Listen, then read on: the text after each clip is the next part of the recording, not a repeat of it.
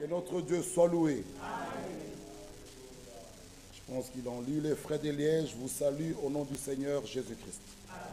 Notre frère de Donné nous apporte ses salutations. Que Dieu nous bénisse.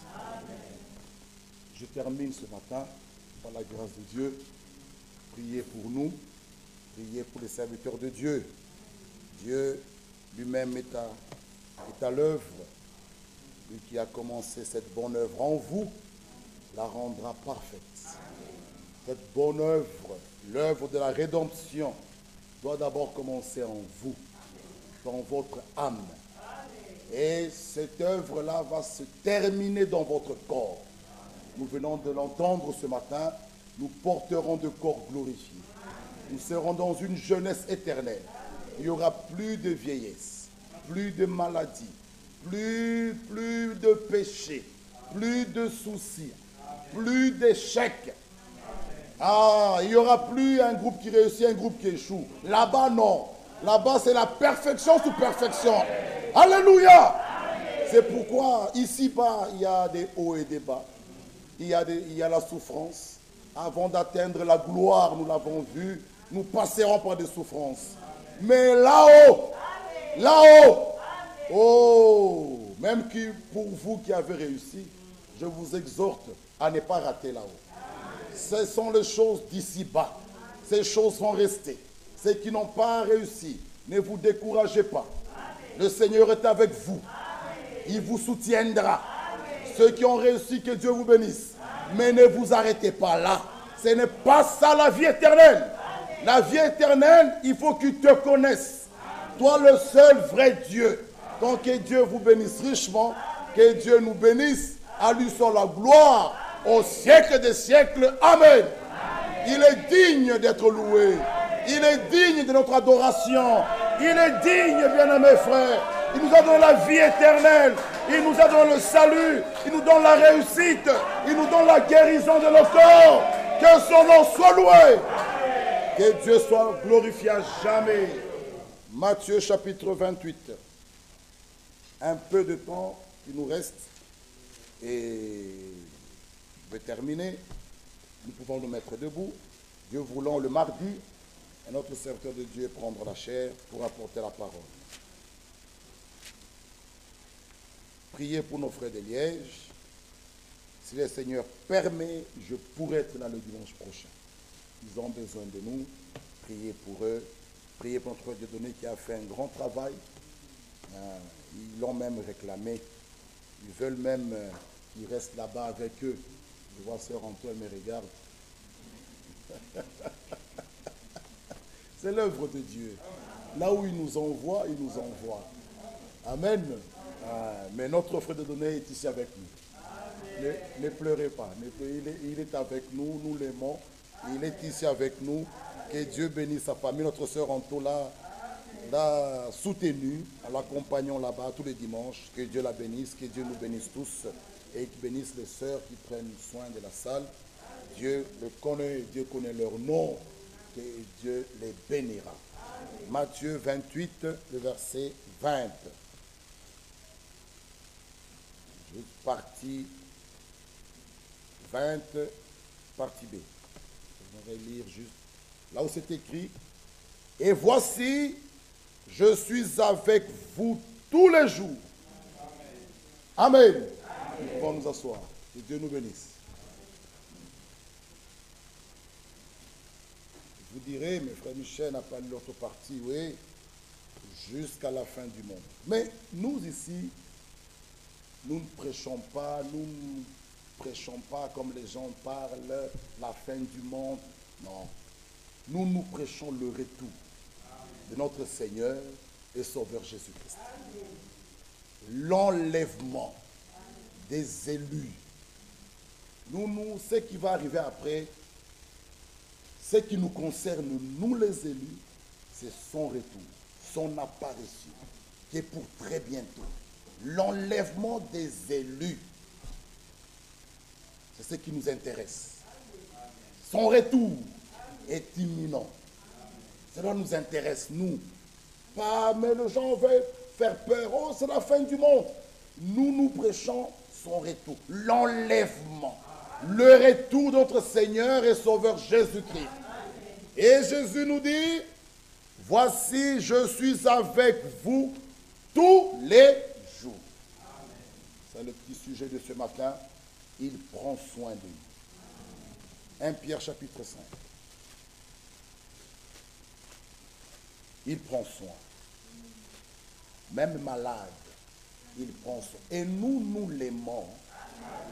Pas seulement lorsqu'on nous guérit.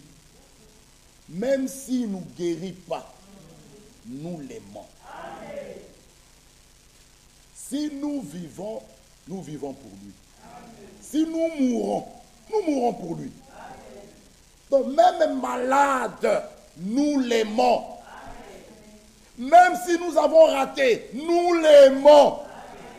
Nous ne l'aimons pas seulement lorsque nous avons réussi et lorsque nous pouvons chanter dans la joie. Nous sommes dans la joie tous les jours.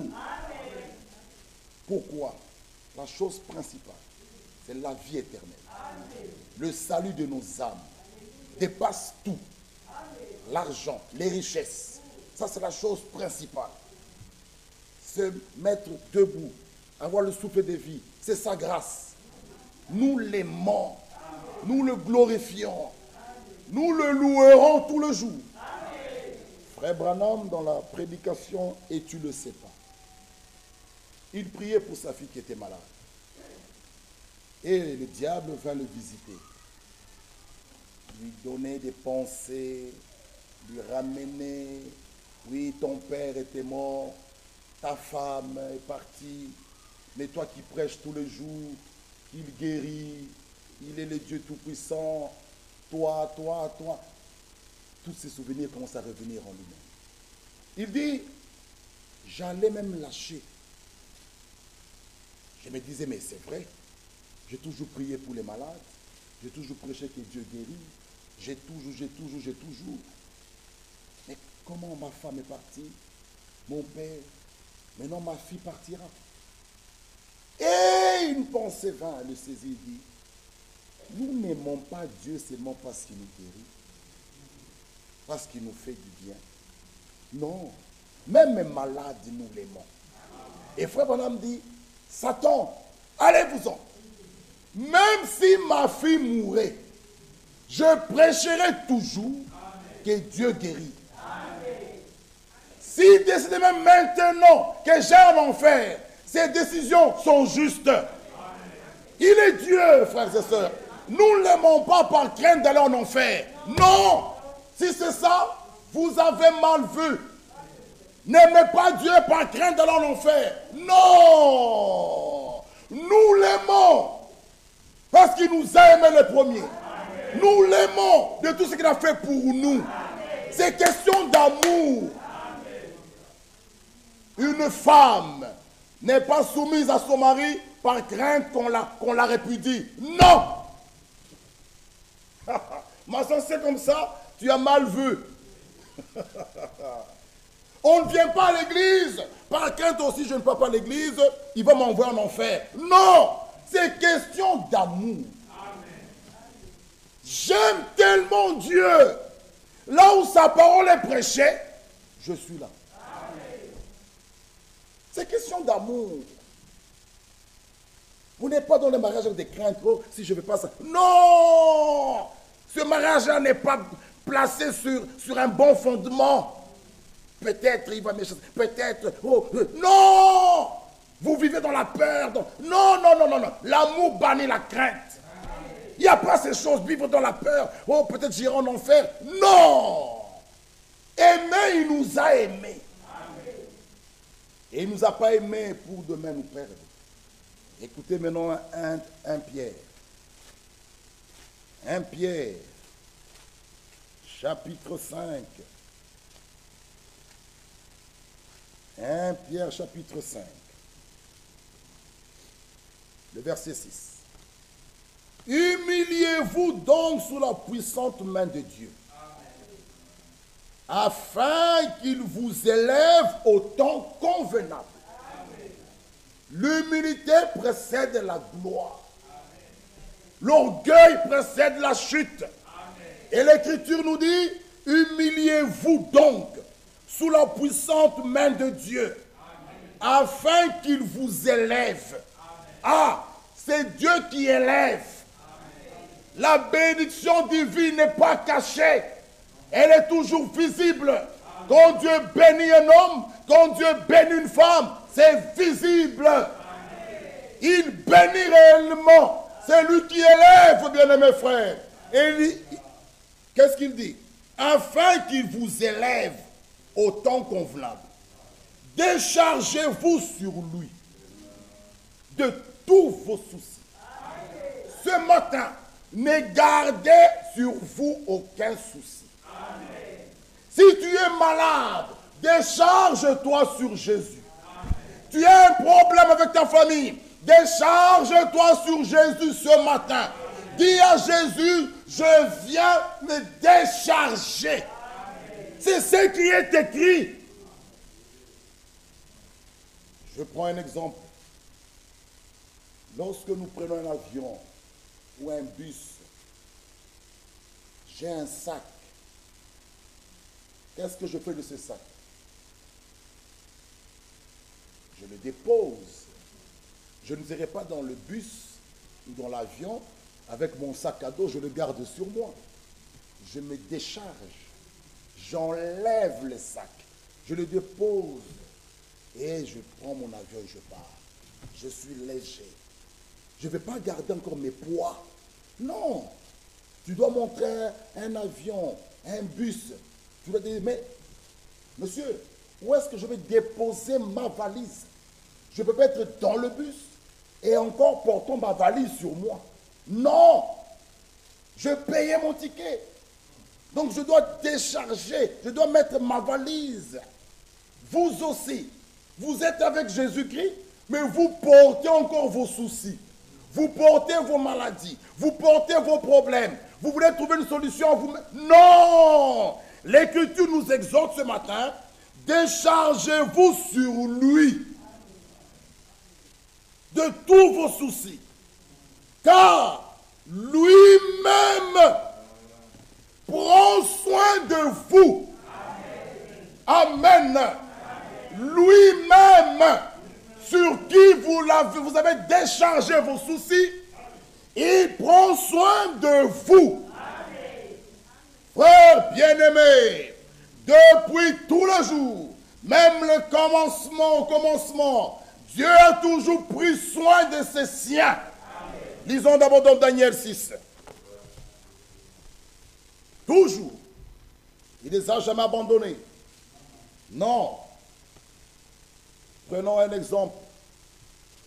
Et Jésus nous a dit dans Jean 14, je ne vous laisserai pas orphelins. Je viendrai à vous. Vous voyez? Donc vous n'êtes pas seul. Ah! Daniel 6.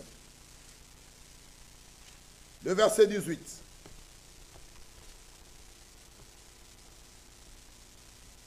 Prenons même le verset 16.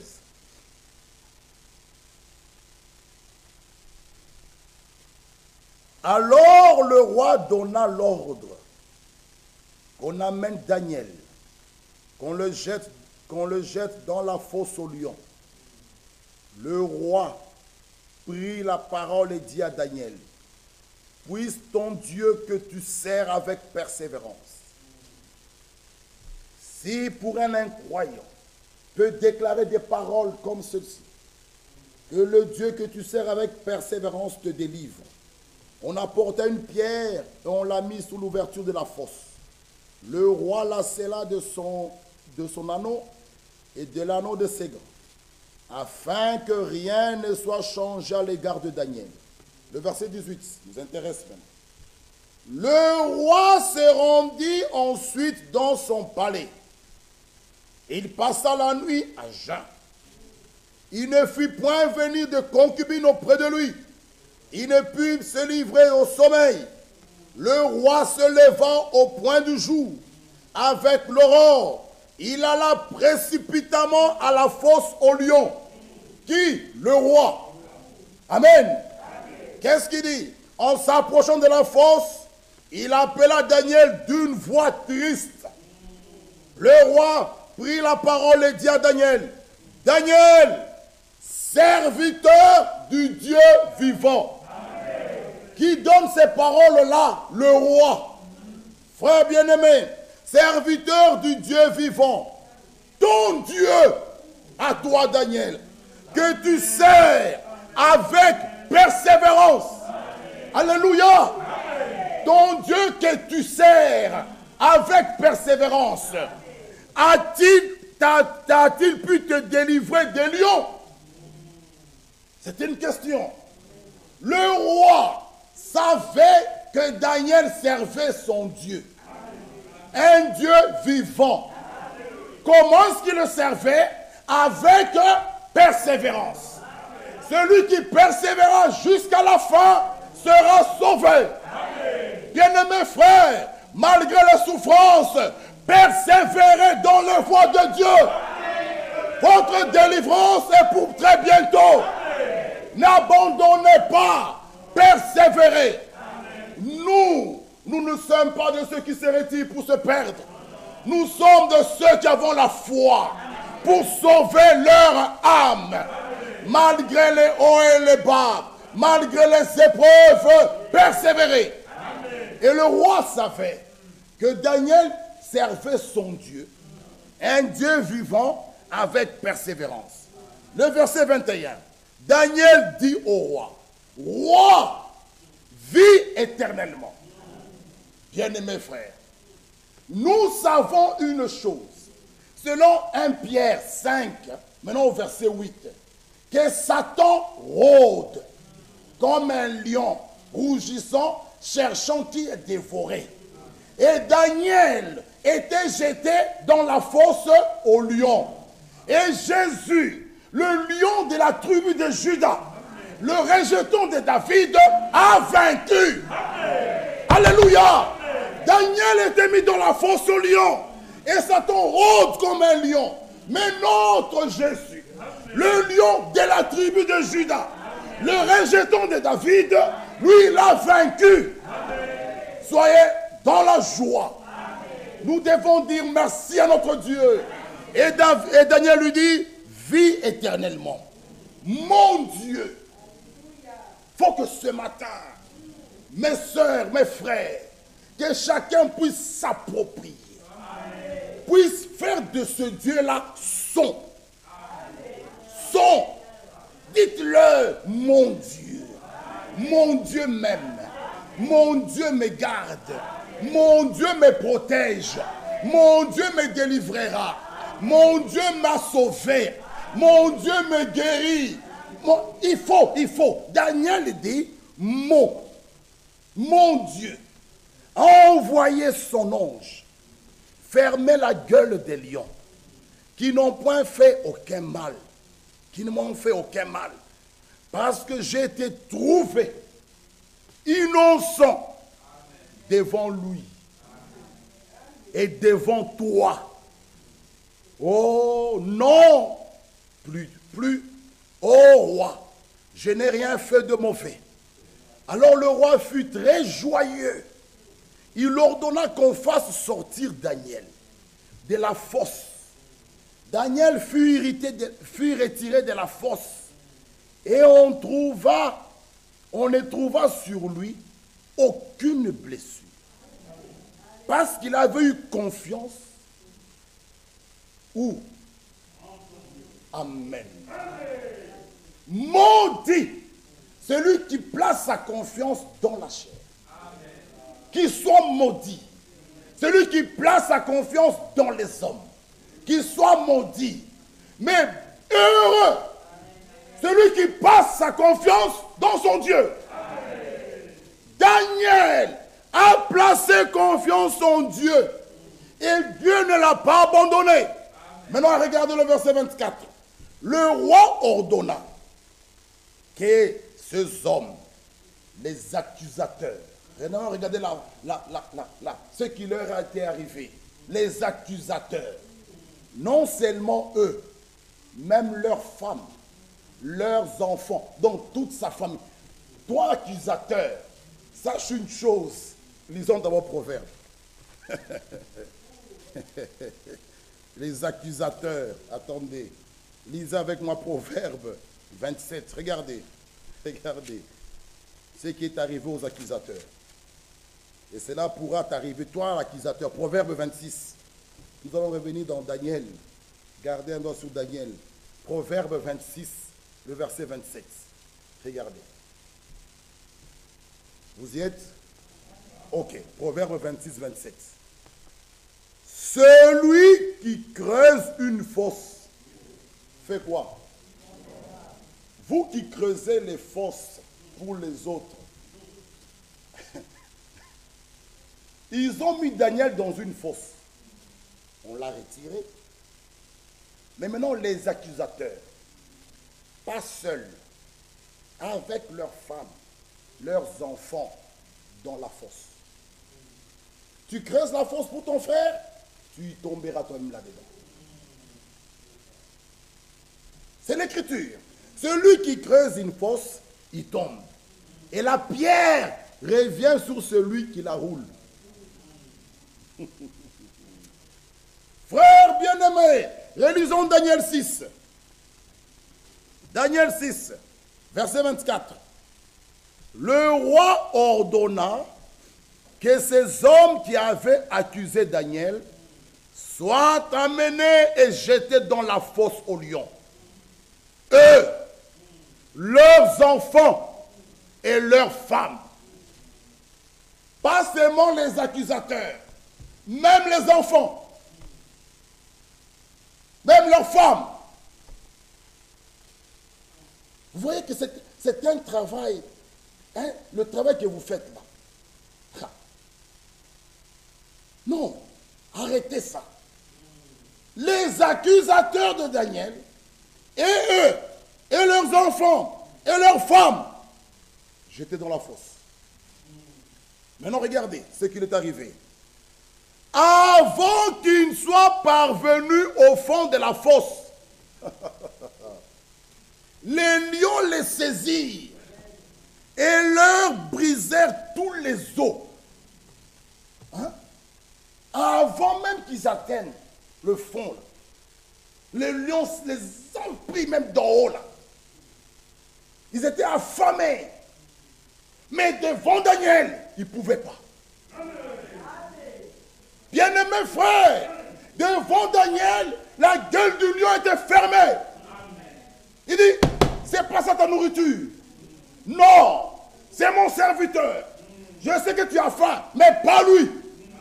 Comme les crocodiles ne pouvaient pas manger Moïse. Non, dans ce petit Nil, dans son petit berceau, sur le Nil où Moïse était, les crocodiles ne pouvaient pas. Mais chaque Shadrach, le feu n'était pas pour eux. Mais ceux qui l'ont jeté là-dedans, eux-mêmes sont morts. Mais chaque Shadrach, on regarde, on dit, n'avons-nous pas jeté 3 personnes? Mais nous voyons une 4e qui ressemble au Fils de l'homme. Bien-aimés frères, persévérez. Il prend soin de vous. Avant même que Daniel, lui, il était là. Le lion était calme. Le lion ne faisait rien du tout. Vous pouvez regarder Daniel comme ça. Nous avons un bel exemple dans l'arche de Noé. Le lion ne pouvait pas manger la poule. Le lion ne pouvait pas manger Noé lui-même. Le lion ne pouvait pas manger une girafe. Le lion dans l'arche et la poule étaient des amis. La poule pouvait venir passer là où le lion était. Là, il n'y avait pas de guerre. Oui, en Christ,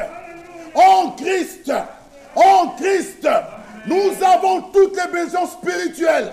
En Christ, nous avons la victoire. En Christ, toutes les barrières sont tombées. En Christ, le mur d'inimitié n'y est pas. En Christ, il n'y a plus de combat. En Christ, c'est la paix. C'est la joie, la réconciliation, c'est l'amour, c'est le pardon. Là, c'est en Christ. Et le lion ne pouvait pas s'approcher de Daniel. Daniel était dans la paix. Mais regardez les autres avec leurs enfants, leurs familles. Ah, on les a déchirés. Brisé même leurs os. Oh, le verset 25. Après cela, le roi Darius écrivit à tout le peuple. Et pourquoi Daniel était jeté là? Daniel, parce qu'il priait son Dieu 3 fois par jour. On vient de donner un décret au roi que les gens ne puissent plus prier. Et vous voyez, les gens vont à l'église tous les jours. Ils sont là, ils t'aiment. Ah bon? Mais le roi aimait tellement Daniel. Il dit, qu'est-ce qu'il faut? Il faut enlever un degré. Plus question de prière. Ok. Mais Daniel, c'était sa vie. Frère, dans les choses de Dieu, ne fabriquez pas des choses. Vous allez les commencer, mais vous allez vous arrêter. Vous allez vous arrêter en cours de route. C'est pourquoi avant de faire quelque chose, soyez sûr de la commencer et de la terminer. Parce que le couronnement, ce n'est pas au commencement, le couronnement, c'est à la fin. Alléluia. Donc Daniel, c'était sa vie. Malgré ce degré, il s'est mis à genoux, toujours à sa fenêtre, regarder. Il a commencé à prier. Il vient, il regarde. Ah, il a désobéi au roi. Qui dois-je plaire? Paul nous le dit. Les hommes ou Dieu? Ha. Oh, roi, qu'est-ce qui se passe? Daniel n'était pas écouté. Ah, qu'est-ce qu'il a fait? Nous l'avons trouvé encore, il prie. Les accusateurs. Quel mal a-t-il fait? Parce qu'il prie. Tu as eu ta soeur. Parce qu'elle fait quelque chose de bien à l'église. Tu la hais. Quel mal a-t-elle fait? Est-ce qu'elle a pris ta place au ciel? Si tu es sûr de ta place, pourquoi tu la combats? Tu combats ton frère, pourquoi? Les accusateurs. Ah, voilà, elle se prend pour qui elle? Elle se prend pour qui? Mais elle se prend pour qui? Pour une fille de Dieu. Et c'est sa vie, faire le bien aux autres. C'est sa vie d'affermir les autres. Un homme converti, sa vie c'est d'affermir. Affermissez vos frères. Pas les décourager, les encourager, les fortifier. C'est ma vie. Oh, il se prend pour qui? Pour un fils de Dieu. Il fait ce qui est dans son cœur. C'est sa vie de prier. C'est sa vie de donner. Alléluia. Il y a une bénédiction pour ceux qui dorment. Bien-aimés frères, il y a une bénédiction derrière cachée. Oh, elle se prend pour qui? Non, pour une fille de Dieu qui fait le travail, qui fait ce qui est sa nature. Sa nature, c'est donner. Sa nature, c'est servir. C'est ça, sa vie. Oh, il se prend pour quelle église? Non, pour un fils de Dieu. Ne cherchez plus de problèmes. Tu te prends pour qui? Non, pour un fils de Dieu. Et ce que je fais, c'est ma vie. Aimer, donner, pardonner, venir balayer, c'est ma vie, c'est ma vie. Je ne me prends pas pour que c'est ma vie. Tu te prends pour une fille de Dieu. Je sers mon Dieu, une servante du Seigneur. Et Dieu vous bénira pour cela. Ne vous découragez pas. Les accusateurs seront toujours là. Ils vont vous décourager. Comme les 10 espions, vous les découragez tout le monde. Mais Josué et Caleb, ils ont dit non. Nous allons prendre le pays. Ma soeur, qu'est-ce que tu fais là? Est-ce qu'on te paie à l'église? Est-ce qu'on te donne le carburant?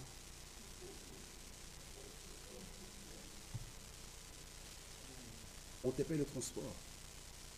Est-ce qu'on te met l'essence? L'église a l'argent, tu te déplaces comme ça. Mais tu dois demander aussi l'essence. Ça te regarde en quoi? Si je prends mon carburant, c'est ma vie, c'est ma vie. N'essaie pas de me décourager comme les 10 espions. Les 10 là, les 10.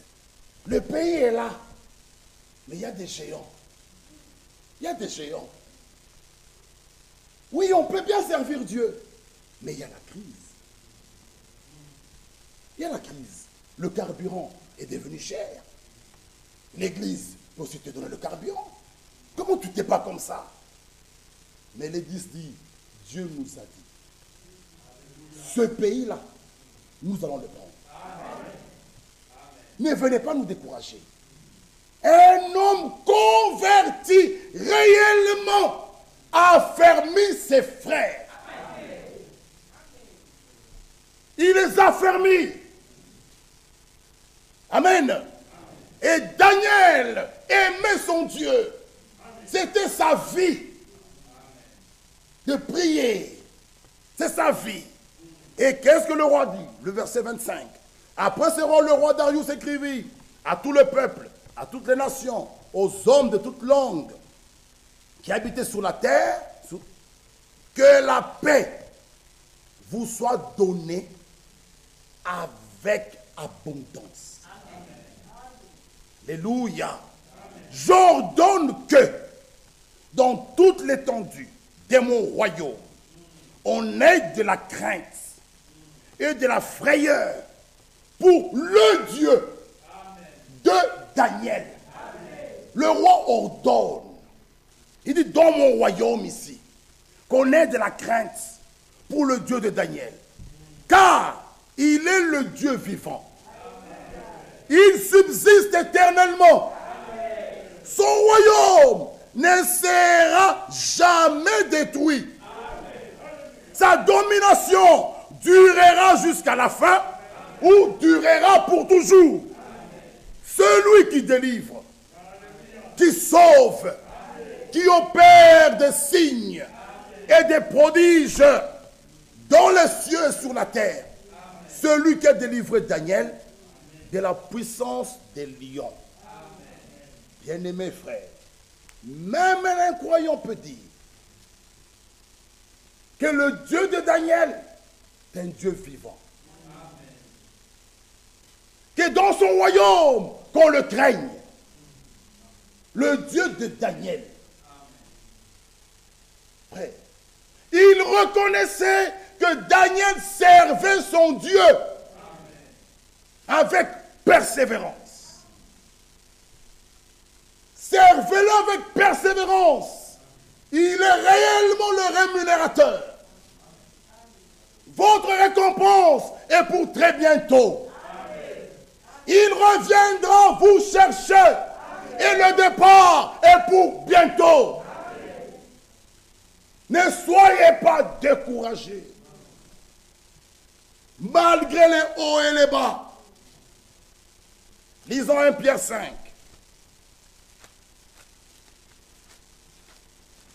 Mes bien-aimés frères, soyez dans la joie. Hein? Soyez heureux. Soyez sûr que vous avez le Saint-Esprit. Si vous l'avez, hein, vous serez toujours dans la joie. Ce n'est pas normal. Celui qui a le Saint-Esprit est toujours le front fermé. Non, le Saint-Esprit nous remplit de joie. Ah, tu es dans la joie. Même quand la parole sort comme ça un matin, tu es heureux. Mais quand nous voyons parfois des fronts fermés, nous nous posons la question, qu'est-ce qui vous donnera la joie? Qu'est-ce qui vous donnera la joie? Pourquoi tu te déplaces pour venir avec un front fermé? Qu'est-ce qui te donne la joie, toi? Je ne comprends pas, c'est moi les choses du monde. Non, ces choses vont rester. Même si tu es directeur dans une entreprise, tu roules dans une Jaguar, ça restera. Soyez dans la joie, parce que vous avez les choses d'en haut. Vous devez être dans la joie, frère, un matin comme ce matin. Vous savez, parfois, lorsque nous prêchons ailleurs, nous voyons d'autres atmosphères. Je veux vous le dire. J'étais en Roumanie. Ils ne m'ont jamais vu. Mais lorsque j'ai prêché, je voyais des gens qui pleuraient pendant les prédications. Les salles étaient remplies, les gens vibraient, les gens criaient, les gens pleuraient. Et Dieu a fait des grandes choses. Des gens ont été guéris, frère. Nous avons des témoignages. Les gens ont été guéris. Mais parfois, les gens sont toujours les... Mais quand on... Frère, vous êtes dans la joie devant la nourriture, là.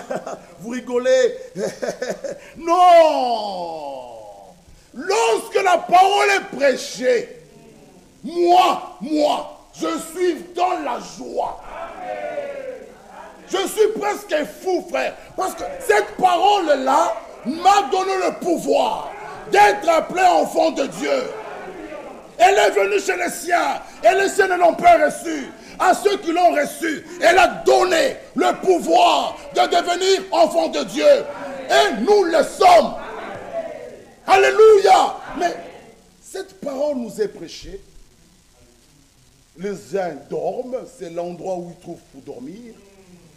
Je ne sais pas si chez vous, le lit, c'est l'endroit où ils trouvent pour venir dormir, continuer leur sommeil. Les autres sont distraits, regardent comme ça. Les autres sont... On vous voit, vous êtes là, mais on voit que vous n'êtes pas là. Vos pensées sont à l'abattoir, la casserole vont ici.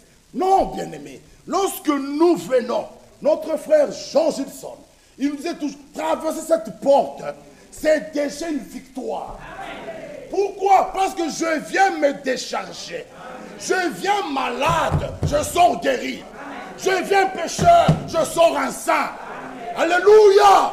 Je viens faible, je sors fort. Soyez dans la joie, frère. Traverser la porte là, c'est une victoire. Je viens sans le Saint-Esprit, je sors avec le Saint-Esprit. Mais pourquoi êtes-vous triste? Pourquoi vous me regardez comme si j'étais en train de parler dans les vides? C'est à vous que je m'adresse. Pas au banc, pas au micro, à vous.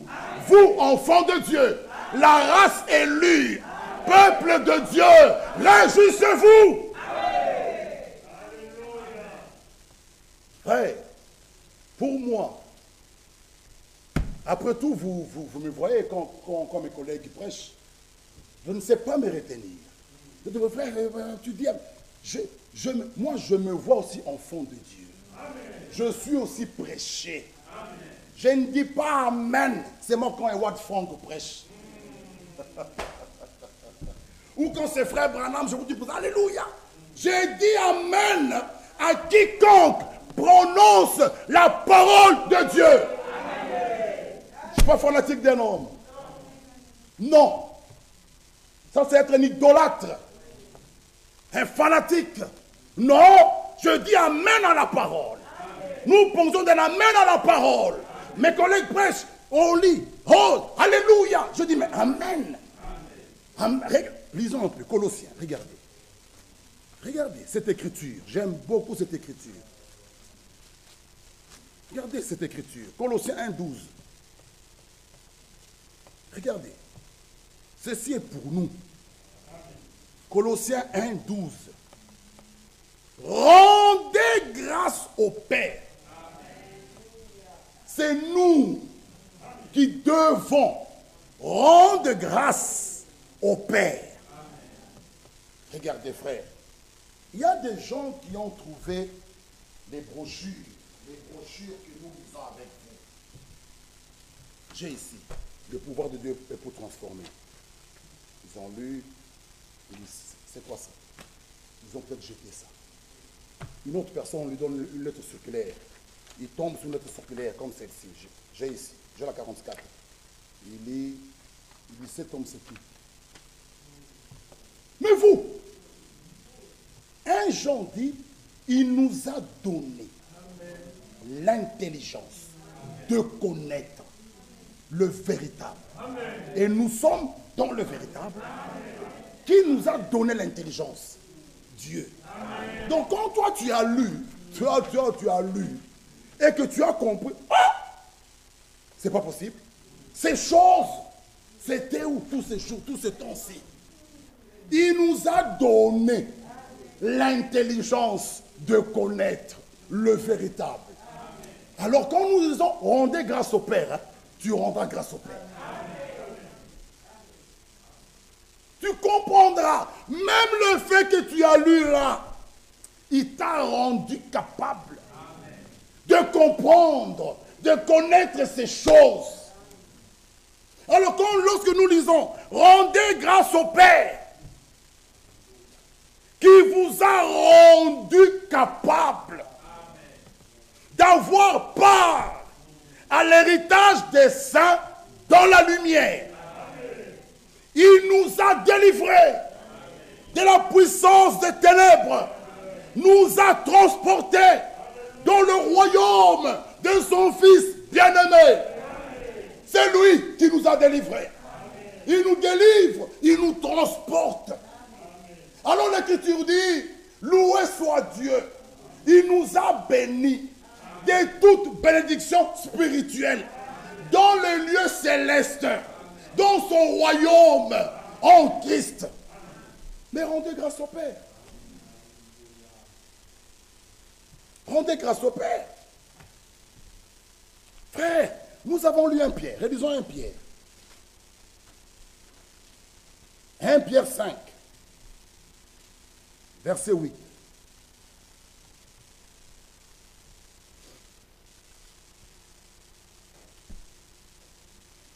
Soyez sobres. Veillez. Votre adversaire, le diable, il est absent. Il rôde comme un lion rugissant. Faisons quoi? Cherchons qui dévorera. Qui il dévorera? Il cherche. Il rôde. Hein? Et l'Écriture nous dit, je l'ai dit l'autre fois, fouillez la débauche. Bon, lui, il est là, il rôde. Qui est-ce que je vais dévorer? Il te trouve, toi, tu te crois très fort. Il dit, voilà un bon morceau. Toi, tu te crois fort, tu dis, frère, je suis fort, j'ai le Saint-Esprit. Il dit, voilà un bon morceau. La Bible nous appelle à la sobre. Soyez sobres. Veillez. Je veille. Donc, je dois veiller aussi sur moi-même. Je veille sur moi-même. Est-ce que cet endroit a roqué? Je veille. Je vais aller visiter une sœur seule. Je veille. Ok, c'est bon. Frère Quira, frère Job, viens. On va aller prier pour la sœur. Je veille sur moi-même. Parce que le diable rôde. Il cherche. Lui aussi, il cherche. Donc, lui, il est... Sachez une chose, au moment où nous sommes là, il est aussi au travail. Ce qui est grave, il n'est plus dehors. Il vient même à la chair. C'est déguisant en ange de lumière. Ce qui est grave, il s'introduit même là. Il s'infiltre. Il s'assied. Il dit Amen. C'est très grave ça. Mais la Bible vous dit, vous soyez sobres. Veillez. Tu veilles. Je vois une sœur qui vient. Sœur, tu connais le problème de frère Michel. Quoi? Frère qui? Frère Michel qui? Il est là. Je veille. Mais toi tu donnes l'oreille. Quoi? Je vais l'attraper maintenant. On va voir ce frère-là. On va lui faire creuser un fosse. Tu tomberas là-dedans. Tu tends l'oreille. Elle te dit, ah bon? Et il nous prêche. Nous l'aurons. Mais lorsque tu as tendu l'oreille, tu t'es essuyé. Parce que la sœur t'a dit là, de frère X, t'a essuyé. Et toi et elle, vous êtes loin de l'enlèvement. Ceux qui pourront partir à l'enlèvement, ce sont ceux qui recherchent la paix et la sanctification. Sans laquelle personne ne le fera. Mais toi, quand tu tends l'oreille et que vous êtes en train, et la chose grave de notre ami frère Kabanza, pourquoi la sœur laisse ma sœur ici devant? Viens chez toi. Quelle odeur, quelle attraction qui t'a attiré que toi. Parmi les 80 sœurs de l'assemblée, et seulement toi qu'elle voit, que tu es de son groupe. Malheur à toi. Tu es dans un mauvais groupe. Pourquoi elle ne prend pas les autres? Pourquoi elle vient que chez toi? Vous formez votre petit clan. Et l'Écriture nous dit, veillez. Votre adversaire, le diable, pas le frère, pas la sœur, le diable rôde. Et ce qui est grave, nous allons sortir, mais on verra deux sœurs critiquer, ici. Mais je me demande, mon Dieu, qu'est-ce qui va toucher votre cœur? Mes sœurs, je vous pose la question. On sortira, pas demain lundi, maintenant là, dehors. Deux sœurs seront dans ces coins-là, en train de critiquer une sœur. Mais on vient, je me pose une question. Qu'est-ce qu'il faut faire? Répondez-moi. Frère, priez, priez, mais fais ta part. Veille, sois sobre, éloigne-toi du mal. Nous prions, nous prêchons. Mais quelle est votre part? Ça fait mal. On va sortir là. Vous verrez un petit groupe, ou derrière, ou devant, ou de frères, parler d'un autre.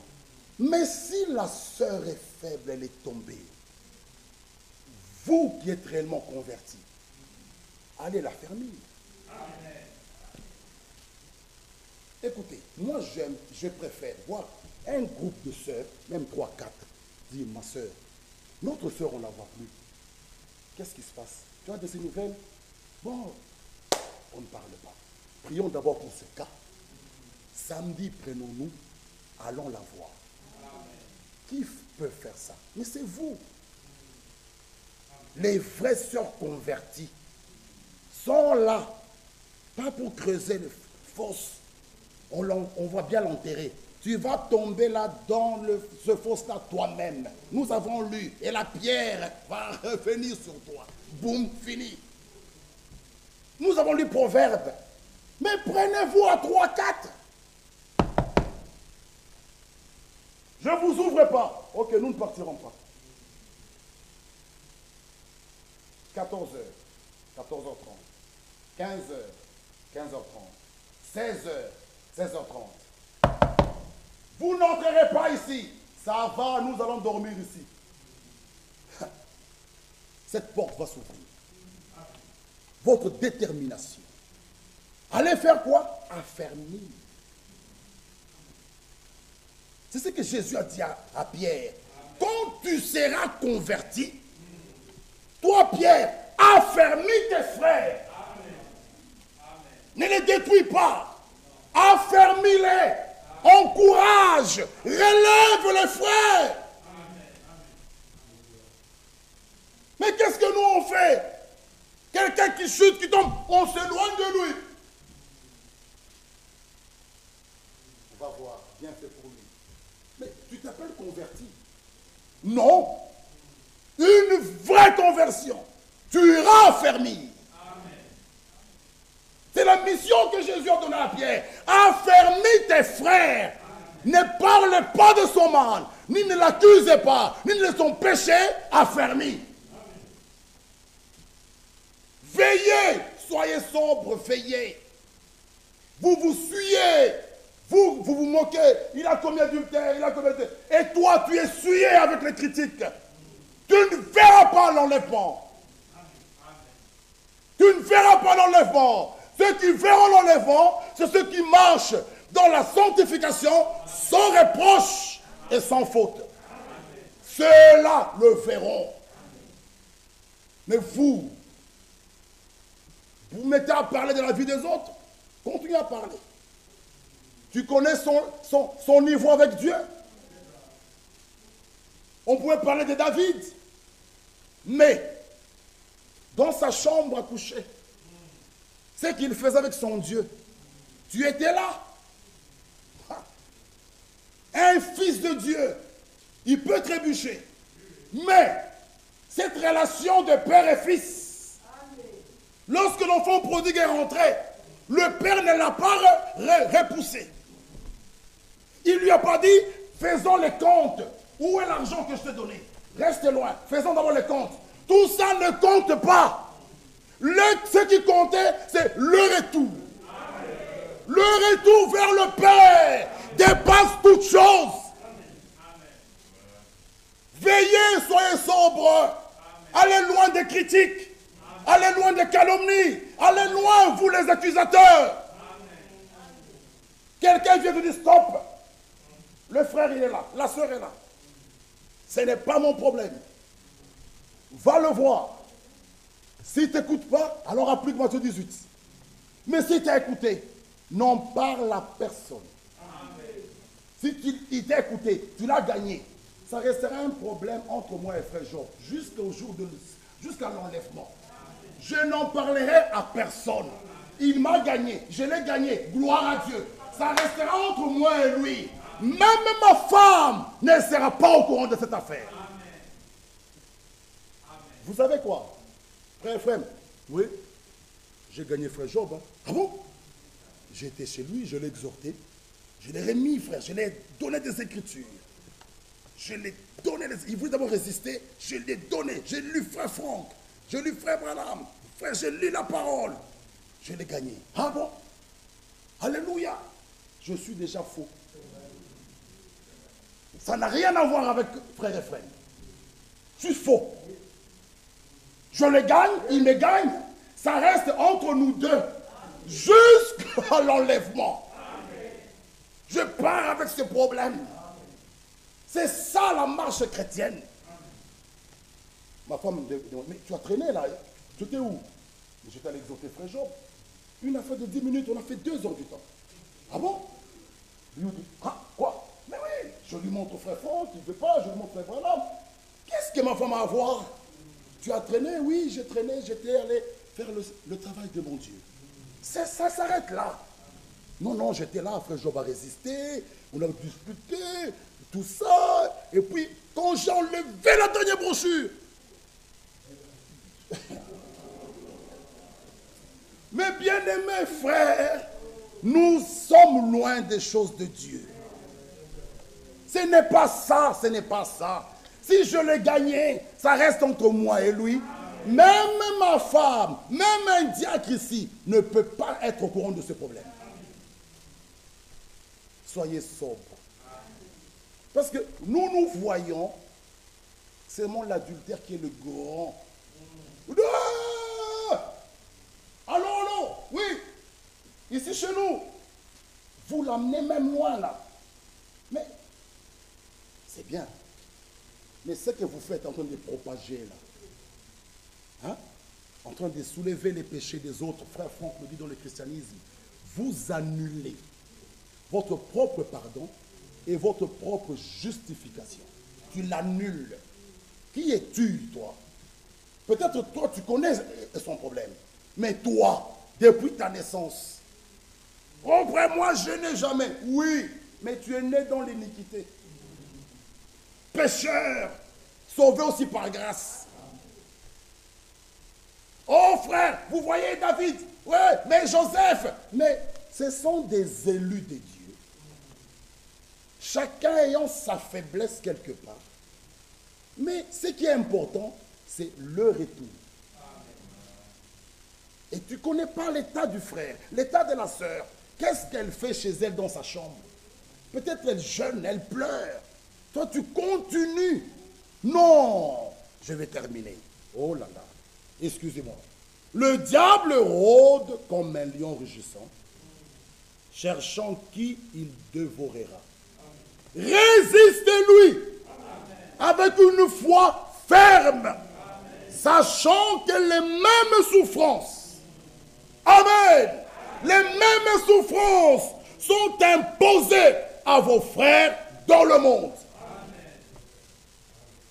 Nous passerons par là pour atteindre la gloire.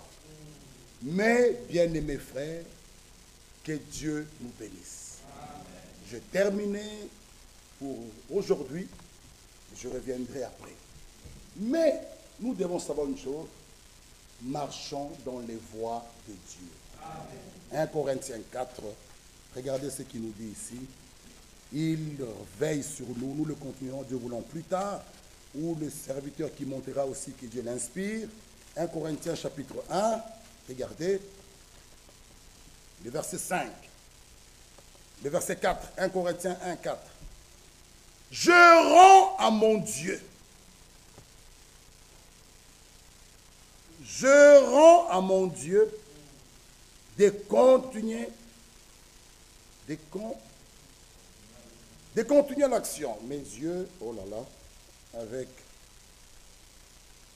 Je rends à mon Dieu de continuer action des grâces à votre sujet.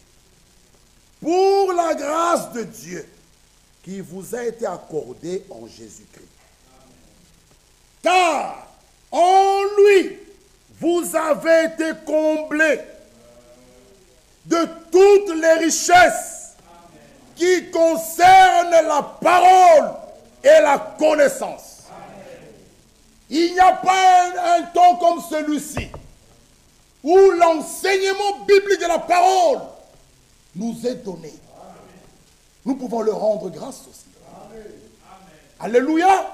L'Écriture dit, nous sommes comblés de toutes les richesses qui concernent la parole, qui concernent l'enseignement, et la connaissance. Le verset 6, le témoignage de Christ ayant été solidement établi parmi vous. Mais la bonne version, ayant été solidement établi en vous. Alléluia. De sorte qu'il ne vous manque aucun don. Dans l'attente où vous êtes dans la manifestation de notre Seigneur Jésus-Christ. Où nous pouvons dire, nous attendons l'apparition de notre Seigneur Jésus-Christ. Mais nous voyons une chose. Le verset 7 a les deux choses. Bien-aimés frères, le verset 7 est en même temps apostolique et prophétique. Nous n'avons rien manqué. Vous savez, le livre de Corinthiens, c'est là où Paul devait remettre l'ordre. Il y avait beaucoup de désordre dans ce livre-ci. Nous le verrons plus tard. Mais Paul dit, de sorte qu'il ne vous manque aucun don. Dans l'église du Dieu vivant, nous ne devons rien manquer. Que Dieu, nous devons prier qu'il envoie ses serviteurs. Nous devons prier qu'il déverse ses bénédictions. Nous devons prier qu'il déverse ses dons. Qu'aucun don ne manque parmi nous. Dieu veille. Il prend soin de son église. Et dans son église, rien ne peut manquer. De sorte qu'il ne vous manque ici, que rien ne puisse nous manquer. Si quelqu'un a le don d'hospitalité, l'autre connaissance, l'autre de sagesse, l'autre, frère bien-aimé, oh, que Dieu nous aide. Amen. Qu'il ne vous manque. Soyons unis, soyons un, aimons-nous, Dieu nous bénira. Amen. Que Dieu vous bénisse.